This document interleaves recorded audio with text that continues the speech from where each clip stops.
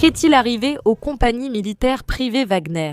Où sont ces combattants? Evgueni Prigojine est-il toujours en vie? Ces questions, et bien d'autres dans le même sens, sont, je dirais, parmi celles que je reçois le plus sur l'ensemble de mes réseaux sociaux.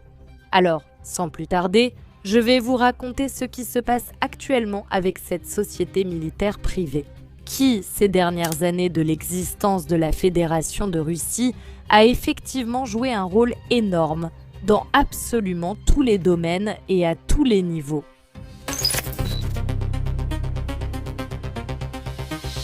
La question, on me l'a posée sous tous les angles et, à d'innombrables reprises. La société militaire privée Wagner en tant que telle, à l'heure actuelle, a officiellement cessé d'exister. Je ne veux pas tourner trop longtemps autour du sujet, mais je vais le détailler autant que l'actualité me le permettra.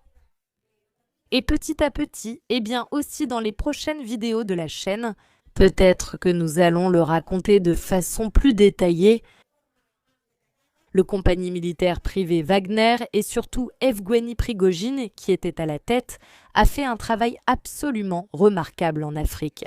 Il a fait un travail impressionnant dans le Donbass, et d'ailleurs, dans le Donbass, le travail du compagnie militaire privée Wagner a commencé d'une manière très particulière. Cela s'est terminé par la prise de la ville d'Artyomovsk, qui est maintenant sous le contrôle de la Fédération de Russie. Avant, c'était la ville ukrainienne de Bakhmout. Un jour, je pourrais peut-être aussi vous en parler. En attendant, concentrons-nous sur le sort des Wagner. À proprement parler, vous verrez le 24 juin 2023. Si je ne me trompe pas, c'est à cette date qu'a eu lieu cette tentative de coup d'État absolument fatidique de la société militaire privée, Wagner face aux autorités russes et Evgueni Prigojine. Au début, contre qui agissait-il, supposément? C'était la haute direction du ministère de la Défense de la Fédération de Russie. Mais en fin de compte, contre qui agissait-il réellement? C'était contre le pouvoir le plus important du pays, contre Vladimir Poutine. Et ici, beaucoup d'entre nous sont d'accord sur le fait que Prigojine s'est clairement trompé. La théorie selon laquelle il s'agirait peut-être d'un plan ingénieux officiellement convenu entre Poutine et Prigojine pour atteindre certains objectifs. Mais honnêtement, maintenant, à cet instant même, cette théorie a de moins en moins de raisons d'exister. Evgueni Prigojine, je crois qu'un 23 août de la même année, c'était bien. Il a eu un accident d'avion. Mais il est très probable qu'il ait été éliminé par les propres pouvoirs de la Fédération de Russie, pas nécessairement, et loin de là, par Vladimir Poutine lui-même.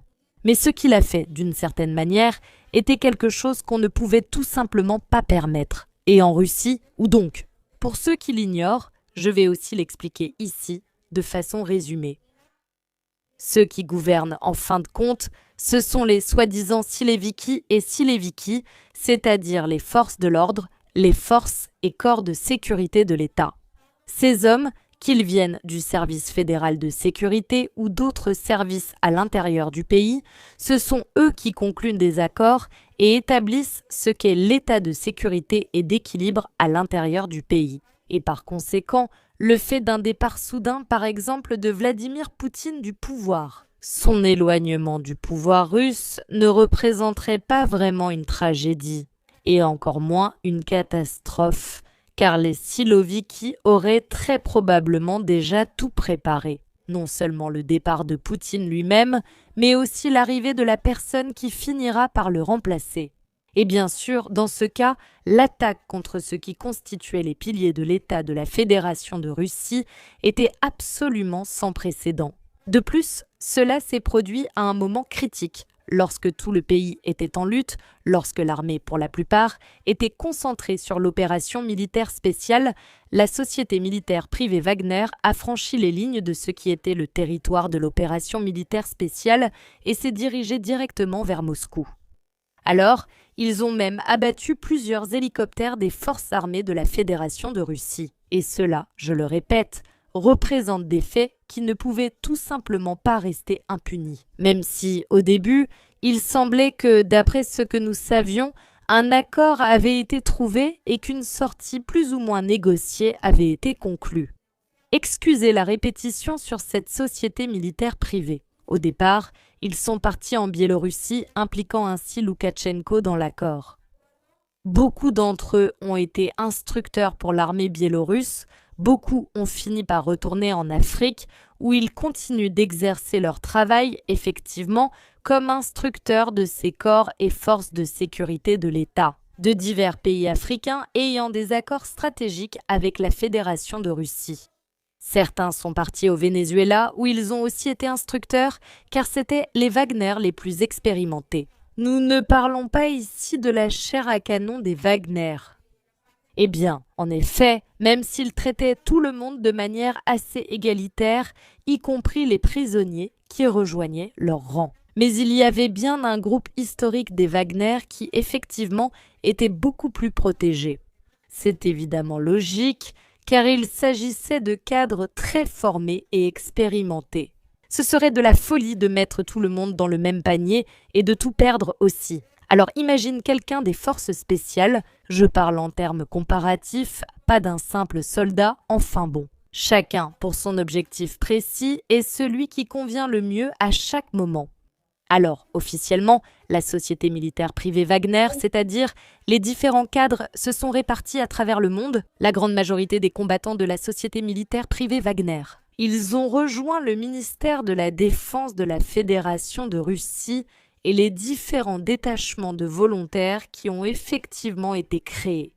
À cet effet, la grande majorité était restée à l'intérieur des limites de l'opération militaire spéciale, c'est-à-dire principalement dans le Donbass. Mais il y en a aussi dans d'autres régions. Kharkov, Zaporojie, Kherson, d'autres ont été envoyés à l'étranger. Certains sont retournés dans leurs anciennes missions. Le point clé de cela réside dans le fait que depuis la Fédération de Russie, ils opèrent également à l'étranger. Des unités ont été créées au sein même du ministère de la Défense afin que ces combattants du compagnie militaire privée Wagner puissent les rejoindre. Par exemple, le corps africain est celui qui est actuellement dédié aux missions menées en Afrique. C'est vous-même qui transmettez le message, vous l'avez répété vous-même à de nombreuses reprises. La Russie, en effet, ne pardonne pas les traîtres, et même si beaucoup de ces hommes, à ce que l'on sait aujourd'hui, ont été trompés par Yevgeny Prigojine. Et en effet, soit ils ne savaient pas exactement où ils allaient, soit ils le savaient. Mais on leur avait présenté une situation différente de ce qui allait réellement se passer. Et en fait, les combattants du compagnie militaire privée Wagner, effectivement, ont tous pu avoir une sortie négociée, une sortie digne. Et, je le répète, chacun a essayé de trouver sa place au sein des nouvelles structures qui ont effectivement été créées à cette fin, principalement au sein du ministère de la Défense de la Fédération de Russie. Certains, en effet, ne sont pas revenus, c'est-à-dire qu'ils ont quitté le compagnie militaire privée Wagner et ne sont tout simplement pas retournés sur le champ de bataille, officiellement du moins, mais la grande majorité a effectivement préféré signer des contrats avec l'organisme officiel, je le répète, avec le ministère de la Défense russe. Autant ceux qui sont actuellement à l'étranger que ceux qui se trouvent maintenant sur le territoire de l'opération militaire spéciale. Je dis cela de manière assez posée maintenant, parce qu'à un moment donné, cela nous a fait beaucoup de mal à beaucoup d'entre nous et cela nous a vraiment affectés. Les sentiments étaient mêlés à la confusion. Au début, nous ne comprenions pas ce qui se passait. Nous ne voyions pas comment cela pouvait se résoudre ni par où commencer.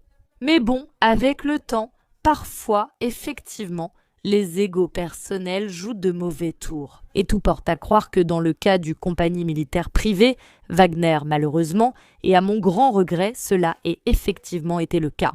Il y a eu beaucoup de gens qui avaient beaucoup de sympathie pour Yevgeny Prigojine. Lui-même a nié à de nombreuses reprises vouloir se présenter à un quelconque poste politique. Il n'y a aucune raison de ne pas le croire. Mais la vérité, c'est qu'à un moment très délicat pour le pays, il s'est consacré à affaiblir et surtout à, disons, déséquilibrer le navire. Beaucoup plus que d'habitude, bien plus que nécessaire. Donc, d'une certaine manière, quand c'est l'ego qui commande, les fins sont généralement extrêmement tragiques. et celle-ci n'a vraiment pas fait exception. Cela dit, la grande majorité des combattants du compagnie militaire privée Wagner sont en parfaite condition et continuent d'accomplir leur mission de combat. Qu'il s'agisse de logistique, de combat, quelles que soient les tâches qu'ils ont ou qu'ils ont eues, même dans le cadre de l'opération militaire spéciale. Parce que c'est généralement cette règle qui est utilisée pour déterminer où va telle ou telle personne. Mais la société militaire privée, Wagner en tant que telle, a maintenant officiellement cessé d'exister au sein de la Fédération de Russie en tant qu'organisation militaire privée.